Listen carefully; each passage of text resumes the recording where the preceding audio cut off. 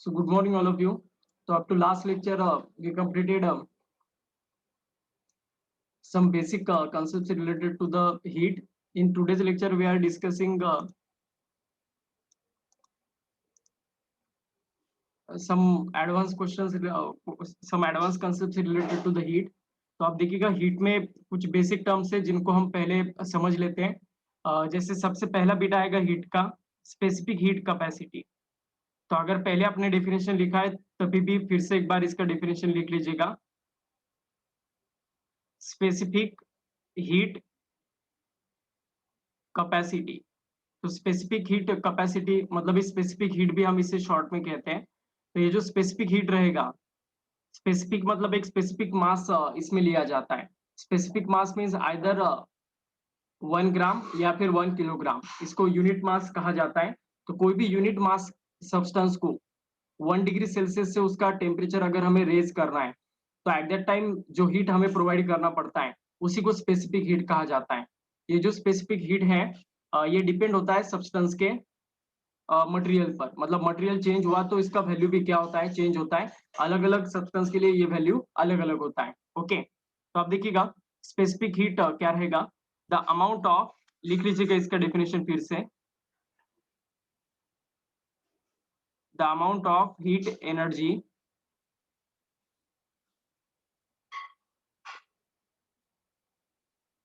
required to raise the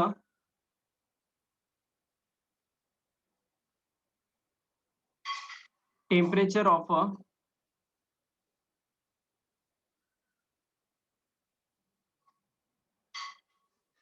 unit mass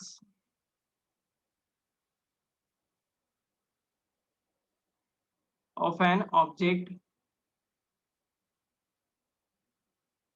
by 1 degree Celsius is called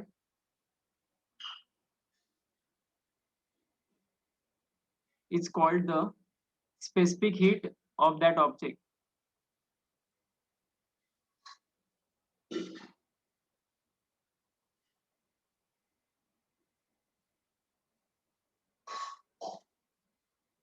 तो इसी को हम स्पेसिफिक हीट उस ऑब्जेक्ट का कहते हैं। कोई भी सब्सटेंस हो उसका टेम्परेचर अगर हमें 1 डिग्री सेल्सियस से रेज करना है तो जो हीट एनर्जी उसे प्रोवाइड करना पड़ेगा उसी को उस सब्सटेंस का स्पेसिफिक हीट कहा जाएगा।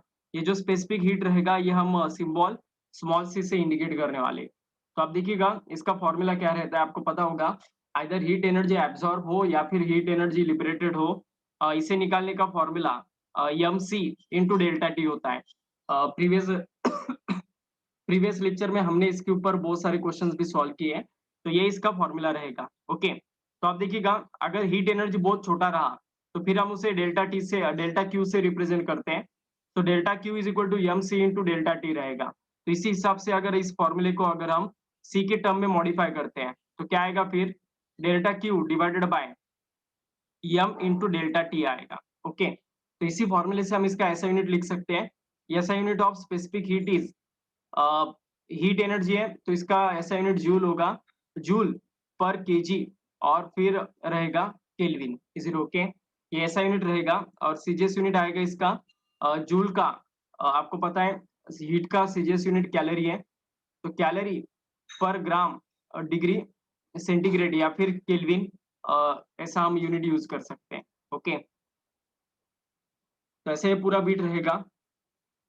और इसमें आपको एक वैल्यू याद रखना है, specific heat capacity for water is 1 calorie पर ग्राम डिग्री सेंटीग्रेड। ओके, तो वाटर, 1 ग्राम वाटर को अगर हमें उसका टेम्परेचर 1 डिग्री सेल्सियस से रेज करना है तो एट दैट टाइम हमें उसको इतना मतलब 1 कैलोरी हीट देना पड़ता है। तो ऐसा ये कैलकुलेशन रहेगा। तो इस वजह से वाटर का जो स्पेसिफिक हीट का वैल्यू है वो 1 आता है। ठीक है, I hope you understand this concept very well. कुछ दिक्कत अब इसमें समझ में आ गया? तो ये सबसे पहला बिट रहेगा स्पेसिफिक हीट। अब इसके बाद देखिएगा स्पेसिफिक हीट के बाद मोलार स्पेसिफिक हीट होता है।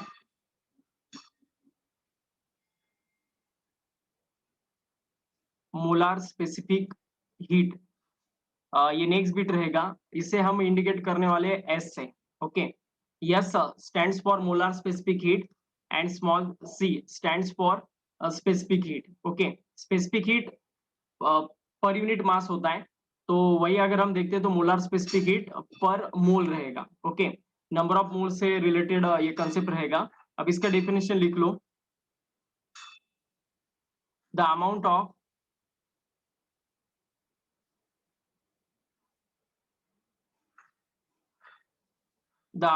heat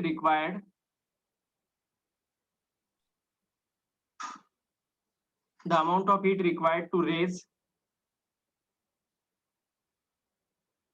the temperature of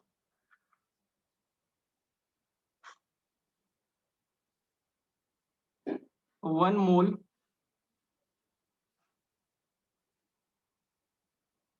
of the substance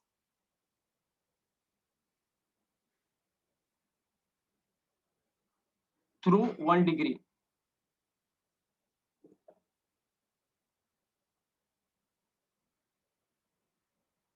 तो 1 मोल सब्सटेंस को हमें 1 डिग्री से रेज करना है, तो इसको जो हीट एनर्जी लगने वाला है is called molar specific heat.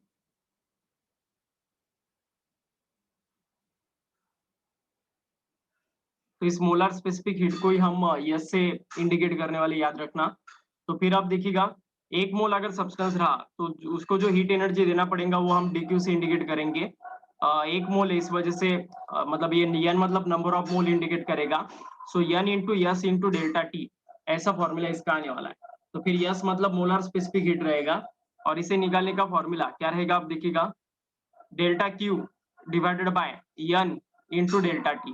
Okay, तो ये रहेगा फॉर्मूला मोलार स्पेसिफिक हीट का. तो इसका ऐसे यूनिट क्या आएगा आप देखिएगा, स्लाइटली चेंज होने वाला है मोल की वजह से, तो जूल पर मोल केल्विन, ये रहेगा इसका ऐसा यूनिट. और इसका सीजीएस यूनिट क्या आएगा, जूल का कैलोरी होगा, कैलोरी पर मोल केल्विन, ये रहने वाला इसका CGS unit. Is it okay? Now tell me the dimension of this quantity. Molar specific heat का डायमेंशन बताओ क्या रहेगा.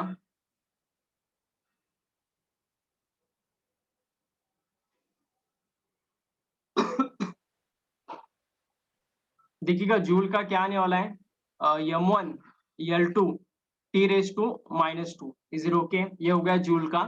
और फिर mole inverse as well as kelvin inverse, ये दोनों भी आपको पुट करने पड़ेंगे. तो ऐसा डायमेंशन आएगा मोलार स्पेसिफिक हीट का. ओके, जिसे हम यस से इंडिकेट करते हैं. समझ में आ गया सभी स्टूडेंट को मोलार स्पेसिफिक हीट और हमारे जो बीट है स्पेसिफिक हीट, इसमें डिफरेंस समझ में आ गया. Specific heat per unit mass रहेगा और मोलार स्पेसिफिक हीट पर मोल रहेगा. ओके, तो यही इतना डिफरेंस रहेगा.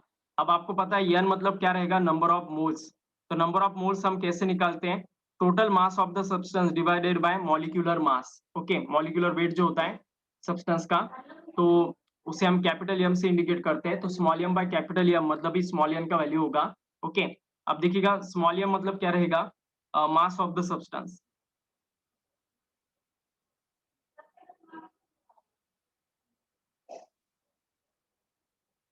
Mass of the substance, capital M मतलब क्या रहेगा, molecular mass.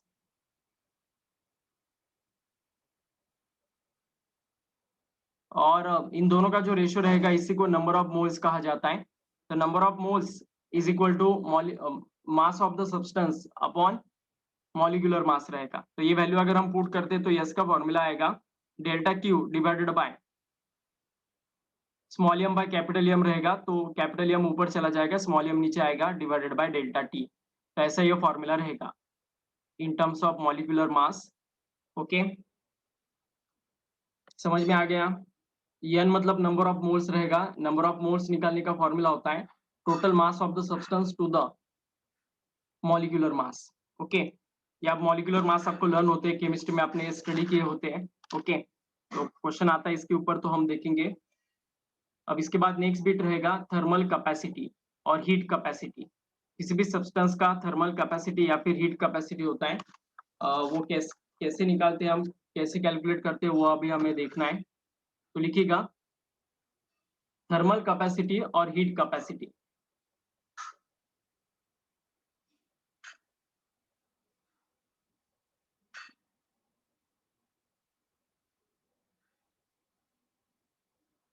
थर्मल कैपेसिटी और हीट कैपेसिटी, तो ये दोनों भी एक ही वर्ड है, मतलब एक ही क्वांटिटी है जिसको हम रिप्रेजेंट कर रहे हैं। तो थर्मल कैपेसिटी मतलब क्या रहेगा, आप देखिएगा कोई भी सब्सटेंस को, ओके, जैसे हमने अभी तक यूनिट मास लिया था, तो उसको स्पेसिफिक हीट या फिर उसको स्पेसिफिक हीट कैपेसिटी हम कहते हैं। अभी सिंपली हमें हीट कैपेसिटी देखना है। तो किसी भी सब्सटेंस को अगर हमें 1 डिग्री सेल्सियस से रेज करना है, किसी भी सब्सटेंस के टेम्परेचर को हमें 1 डिग्री सेल्सियस से रेज करना है, तो ये करते वक्त जो हीट एनर्जी उसको देना पड़ेगा, यही उसका थर्मल कैपेसिटी या फिर हीट कैपेसिटी होता है। पहले हम यूनिट मास के बारे में बात कर रहे थे, अब पूरे सब्सटेंस के बारे में हम बात कर रहे हैं। यम मास रहने वाला एक पूरा सब्सटेंस है, उसका टेम्परेचर हमें रेज करना है। तो स्पेसिफिक हीट और सिर्फ हीट कैपेसिटी में डिफरेंस समझ में आ गया।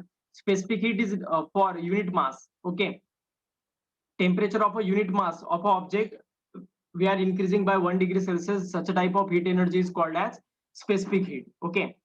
1 मोल सब्सटेंस का 1 डिग्री सेल्सियस से रेज किया तो फिर उसे मोलर स्पेसिफिक हीट कहा जाता है, लाइक दैट। थर्मल कैपेसिटी मतलब क्या रहेगा, पूरे बॉडी का ही टेम्परेचर अब हमें 1 डिग्री सेल्सियस से रेज करना है। तो लिखिएगा इसका definition, the quantity of heat required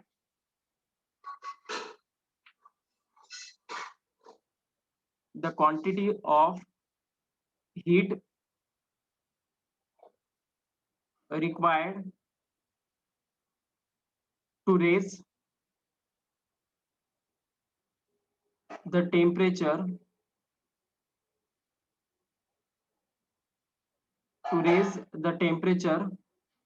of the whole substance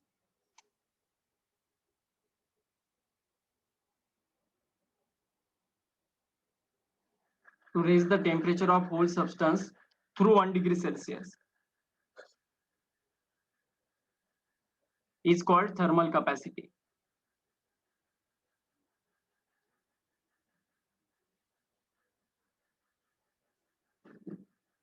तो इसी को हम थर्मल कैपेसिटी कहते हैं। ये थर्मल कैपेसिटी का फॉर्मूला क्या रहेगा, आप देखिएगा,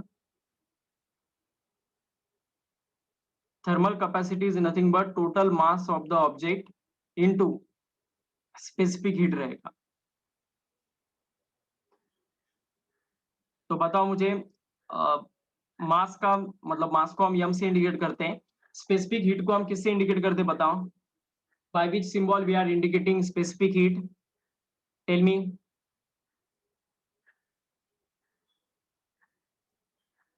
ठीक है, राइट आंसर है सी से हम इंडिकेट करते हैं। तो यम इंटू सी, ये जो फैक्टर रहेगा इसी को हम क्या कहते हैं, थर्मल कैपेसिटी कहते हैं।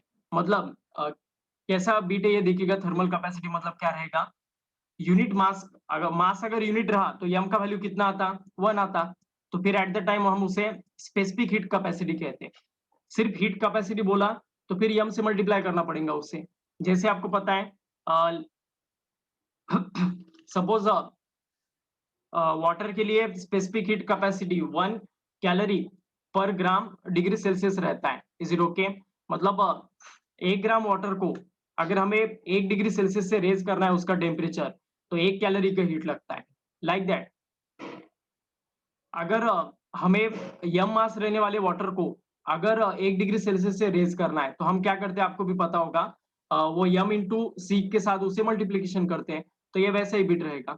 तो थर्मल कैपेसिटी मतलब कुछ और नहीं है, पूरे मास का टेम्परेचर 1 डिग्री सेल्सियस से रेज करने के लिए जो हीट लगने वाला है उसी को थर्मल कैपेसिटी कहा जाता है।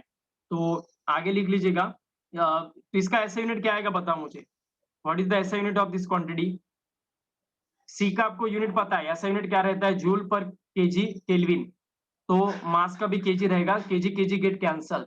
तो बताओ इसका क्या रहेगा आंसर, व्हाट इज द ऐसा यूनिट ऑफ दिस क्वांटिटी।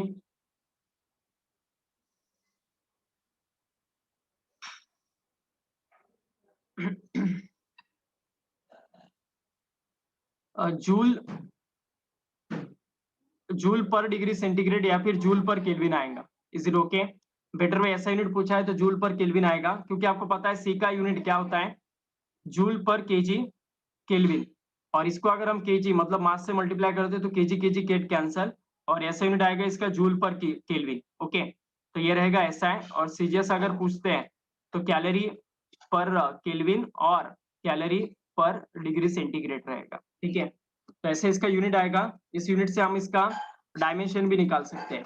तो बोलो थर्मल कैपेसिटी का क्या रहेगा डायमेंशन?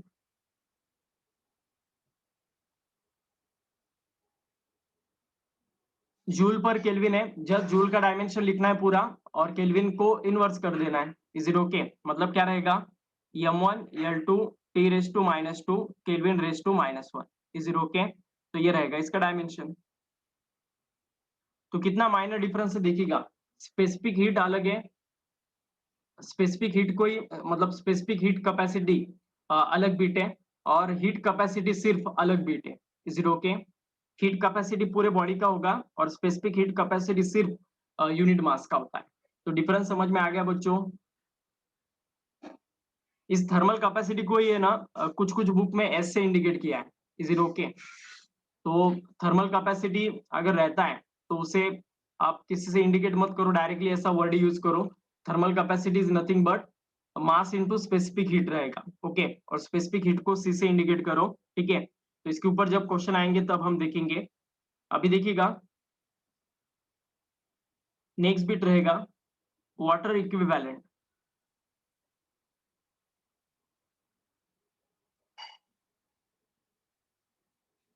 ये एक नेक्स्ट कंसेप्ट रहेगा इस बिट का। वाटर इक्विवेलेंट मतलब क्या रहेगा? स्पेसिफिक हीट कैपेसिटी आपको पता है वाटर का यूनिट होता है, तो उसका थर्मल कैपेसिटी क्या आने वाला है फिर देखिएगा, मास के साथ ही इक्वल आने वाला है। तो इस वजह से इसका जो बीट होता है इसी को वाटर इक्विवेलेंट कहा जाता है। तो अब देखिएगा वाटर इक्विवेलेंट मतलब क्या रहेगा? As the specific heat, as the specific heat of water is unity, so the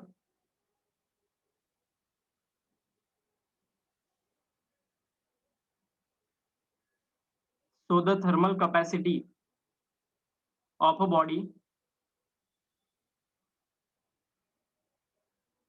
m into c, ये जो फैक्टर है, represents its water equivalent also,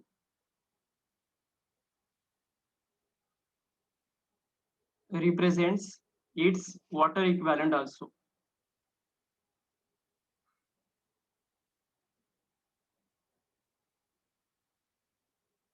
तो ऐसा ये बीट रहेगा।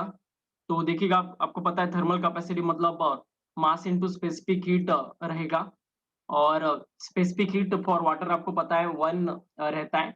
इस वजह से 1 इंटू यम करेंगे तो आंसर फिर यम ही रहने वाला है, ओके। तो इस वाइज ये पूरा बिट रहेगा। तो वाटर इक्विवेलेंट को हम W से अगर इंडिकेट करते हैं तो ये mass of body into specific heat रहेगा, स्पेसिफिक हीट रहेगा। लेकिन स्पेसिफिक हीट का वैल्यू आपको भी पता है कि 1 होता है, ओके। इस वजह से ये मास के साथ इक्विवेलेंट आएगा, ओके। तो ऐसा ये बीट रहने वाला है। अब देखिएगा मतलब मास के वैल्यू के साथ ही इक्विवेलेंट आएगा, और इसको हमें कैसे डिफाइन करना है आप देखिएगा।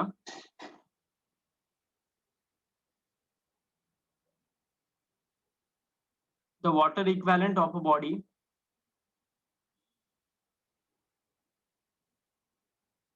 is defined as the mass of water which require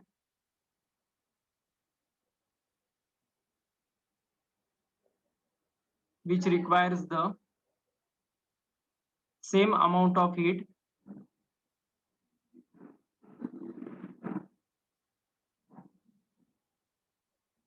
which requires the same amount of heat as is required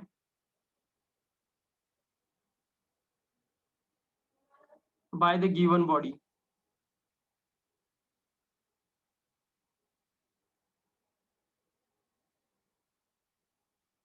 for the same raise of the temperature,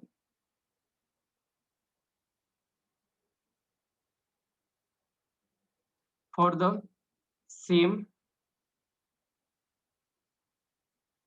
raise of temperature.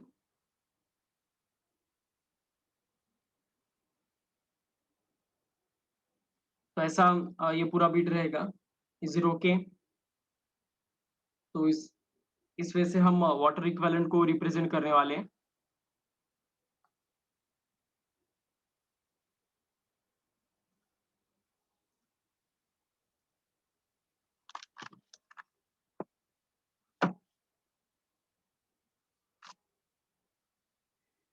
Now here next bit रहेगा mechanical equivalent of heat.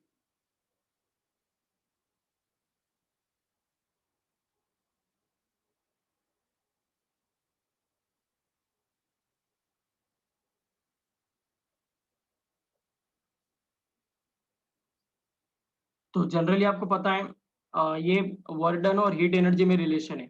अगर हमें किसी भी object को heat increase करना है या फिर डिक्रीज करना है तो कुछ वर्क क्रिएट करना पड़ता है।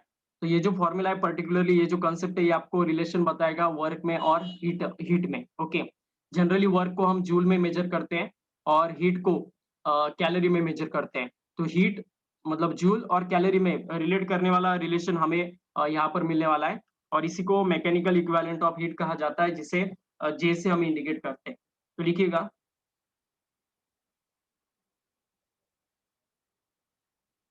अकॉर्डिंग टू जूल वर्क में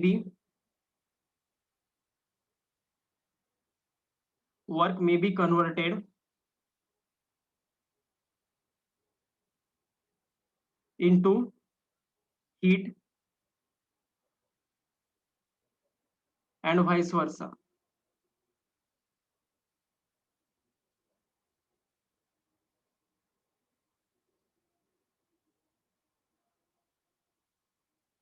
द रेशियो ऑफ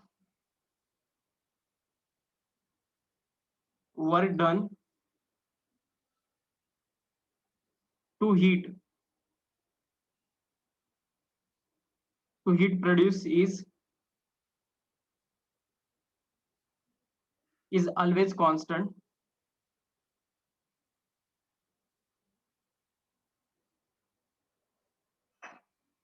और फिर ये भी डालने वाला है, work done divided by heat is always constant और इज इक्वल टू आएगा W is equal to J into H. W must be in joule irrespective of nature energy of work and H must be in calorie। Okay, मतलब इस condition में आपको हमेशा W किस में put करना है? W मतलब work done, W must be in joule, मतलब ये वर्क डन जूल में ही रहेगा। और irrespective of nature of energy, मतलब एनर्जी कोई भी नेचर का क्यों ना हो,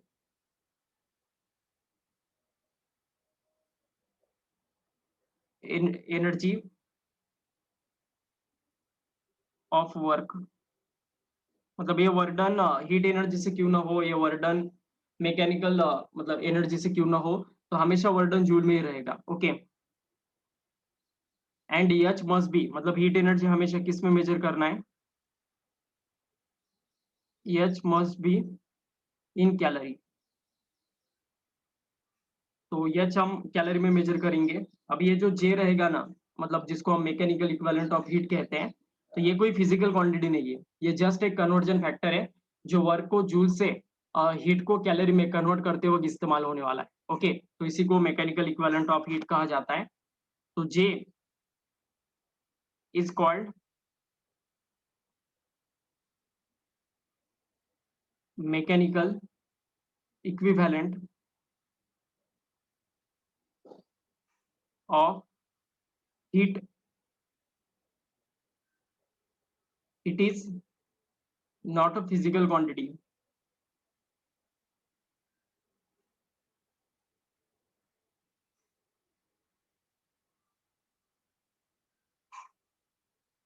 but simply a conversion factor।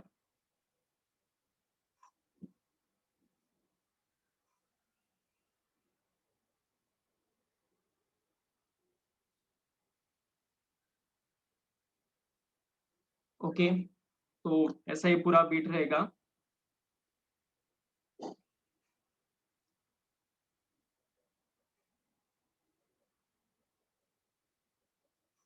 ठीक है, समझ में आ गया यहाँ तक।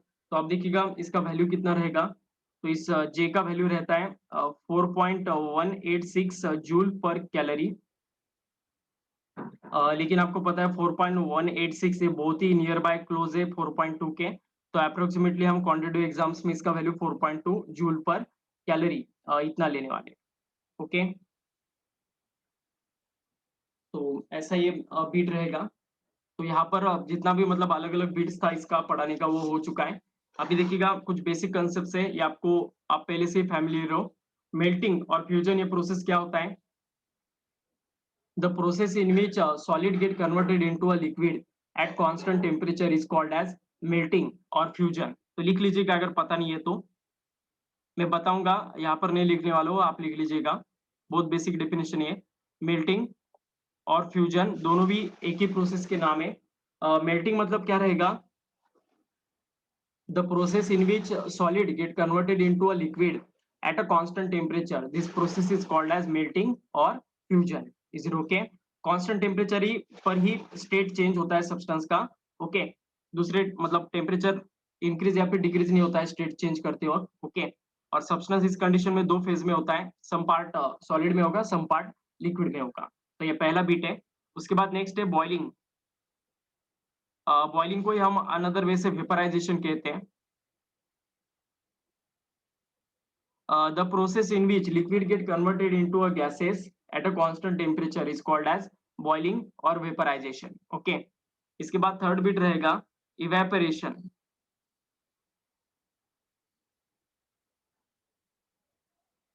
थर्ड बिट रहेगा इवेपोरेशन। अब बताओ इवेपोरेशन और बॉइलिंग में फर्क क्या है? बॉइलिंग में भी लिक्विड का कन्वर्जन गैसेस में होता है और इवेपोरेशन में भी लिक्विड का कन्वर्जन गैसेस में ही होगा। फर्क क्या है वो बताओ मुझे, कौन बताएगा बोलो। जिसका कंसेप्ट क्लियर है वही स्टूडेंट बता सकता है इसका आंसर। आपको आई थिंक थर्मोडायनेमिक्स भी हुआ है केमिस्ट्री में, तो वहां पर भी ऐसा कुछ कंसेप्ट लगा होगा आपका। आपको कोई बता सकता है what is the difference between boiling and evaporation? दोनों भी प्रोसेस में लिक्विड का कन्वर्जन गैसेस में होता है, लेकिन फर्क क्या है?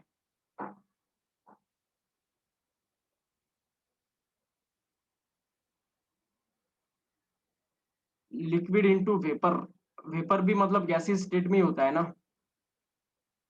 इवेपोरेशन में भी लिक्विड का कन्वर्जन गैसेस में होता है, वेपर्स में होता है, और बॉइलिंग में भी वही होता है। बॉइलिंग में भी लिक्विड का कन्वर्जन गैसेस में ही होगा। फर्क क्या है दोनों में वो बता।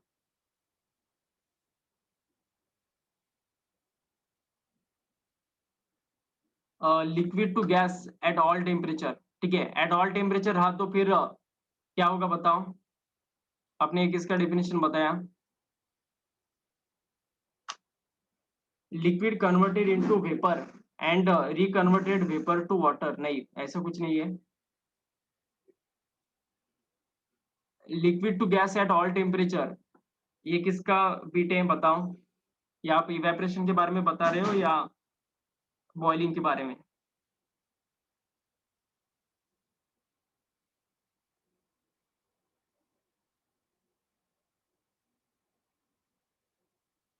इवेपोरेशन, ठीक है, चलेगा।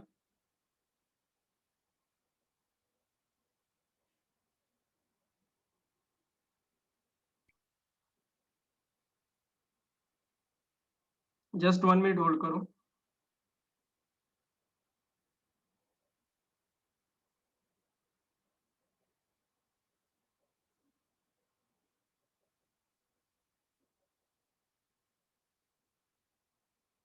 ओके, तो सीयर।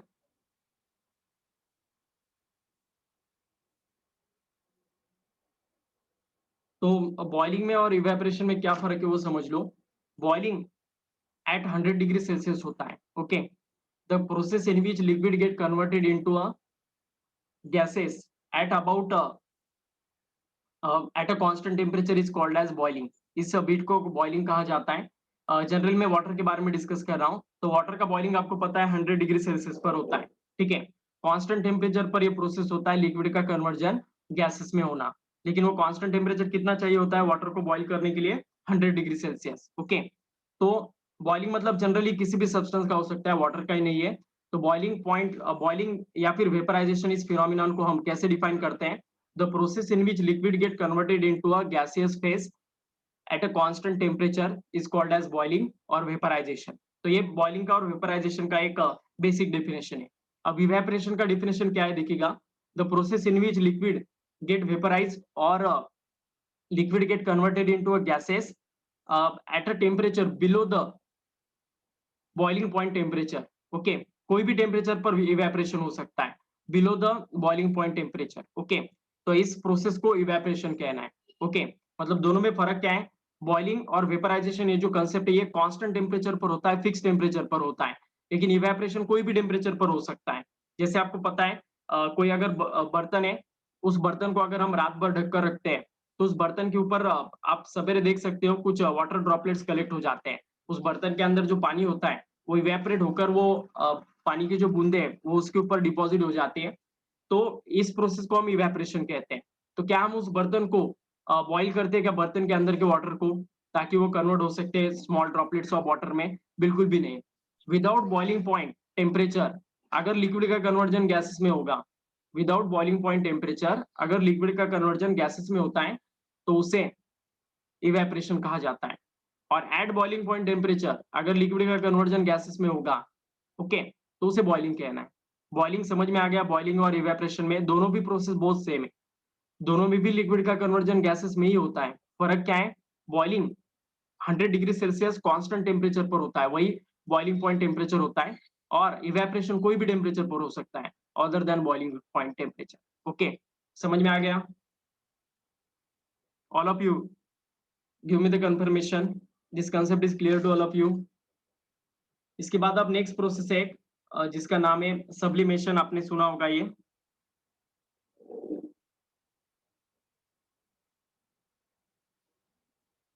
सब्लिमेशन मतलब क्या रहेगा बताओ आप? Sublimation means, tell me the answer of this question, what is the significance of sublimation?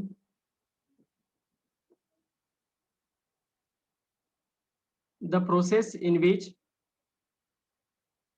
solid get directly converted into a gaseous phase, okay, is called as sublimation. Solid आपको पता है generally solid to liquid होता है, liquid to gas होता है, लेकिन sublimation एक ऐसा प्रोसेस है जिसमें सॉलिड डायरेक्टली कन्वर्ट हो जाते हैं गैसियस फेज में without going to the liquid state. This condition is called as sublimation. Sublimation का एग्जांपल हम दे सकते हैं कैम्फर, उसके बाद नैप्थलीन बॉल्स। आपको पता है कपड़ों के अंदर से गंदी बास ना आए इस वजह से हम उसके अंदर जो गोलियां रखते हैं ना व्हाइट कलर के, तो उसे नैप्थलीन बॉल्स कहा जाता है। उसके बाद अमोनियम क्लोराइड। तो ये सभी एग्जांपल्स किसके हैं? सब्लिमेशन के हैं। ये सब्सटेंस डायरेक्टली सॉलिड से गैसियस फेज में चले जाते हैं without going to the liquid phase. This process is called as sublimation. Okay, तो सब्लिमेशन का एग्जैक्टली उल्टा प्रोसेस होता है, होर फ्रोस्ट इसे कहा जाता है या फिर डिपोजिशन भी इसे कहा जाता है। तो होर फ्रोस्ट मतलब क्या रहेगा आप देखिएगा, बताओ इसका क्या रहेगा फिर? होर फ्रोस्ट मतलब आपको पता है कभी कभी वो बारिश के साथ आपको पता है ना वो अ, मतलब आइस के जो बीट गिरते हैं, तो उसी को होर फ्रोस्ट कहा जाता है। मतलब पानी का सॉरी, जो गैसेस फेज में वेपर्स होते हैं ना, तो वो डायरेक्टली अगर सॉलिड फेज में कन्वर्ट हो जाए, तो फिर उसे होर फ्रोस्ट कहा जाता है। ओके, इस प्रोसेस को या फिर इसे डिपोजिशन भी कहा जाता है या फिर डीसब्लिमेशन भी कह सकते हैं हम इसे। सब्लिमेशन का एग्जैक्टली उल्टा प्रोसेस होता है ये। सब्लिमेशन में सॉलिड टू गैसेस होता है, तो होर फ्रोस्ट में गैसेस का कन्वर्जन सॉलिड में होगा। Is it okay? तो ऐसा ये बीट रहेगा। ऐसा बीट क्यों होता है इन सब्सटेंस के साथ ही, ऐसा क्यों होता है वो भी समझ लो। इनके अंदर जो मॉलिक्यूल्स के बीच में इंटरमॉलिक्यूलर फोर्स ऑफ अट्रैक्शन होता है ना, जिसे हम कोहेसिव फोर्स कहते हैं, तो ये बहुत ही कम होता है। ये कम होने के साथ जैसे ही थोड़ा भी अगर हम इनको हीट अप करते हैं, तो डायरेक्टली ये सॉलिड फेज से गैसेस फेज में चले जाते हैं, क्योंकि इनके बीच ऑलरेडी इंटरमॉलिक्यूलर फोर्स कम होता है। जैसे हम हीट अप करते हैं तो और भी वो कम हो जाता है और डायरेक्टली ये गैसेस फेज में कन्वर्ट हो जाते हैं। ओके, तो इस प्रोसेस को सब्लिमेशन कहा जाता है। फिर नेक्स्ट बिट है कंडेंसेशन।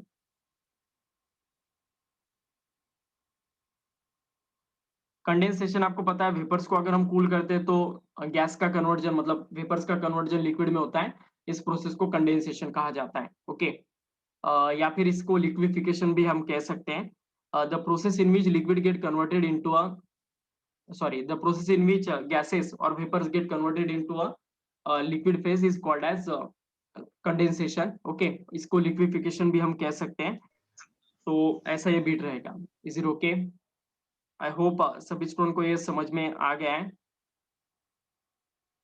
तो वेपराइजेशन आपको पता है, लिक्विड का कन्वर्जन गैसेस में होता है, तो कंडेंसेशन उसका एग्जैक्टली अपोजिट प्रोसेस रहेगा, गैसेस फेज का लिक्विड फेज में कन्वर्जन होगा। ओके, तो ऐसा ये पूरा बीट रहेगा। I hope you understand this concept very well. तो अभी मीटिंग का टाइम खत्म हुआ है, फिर से रिलॉग इन करो।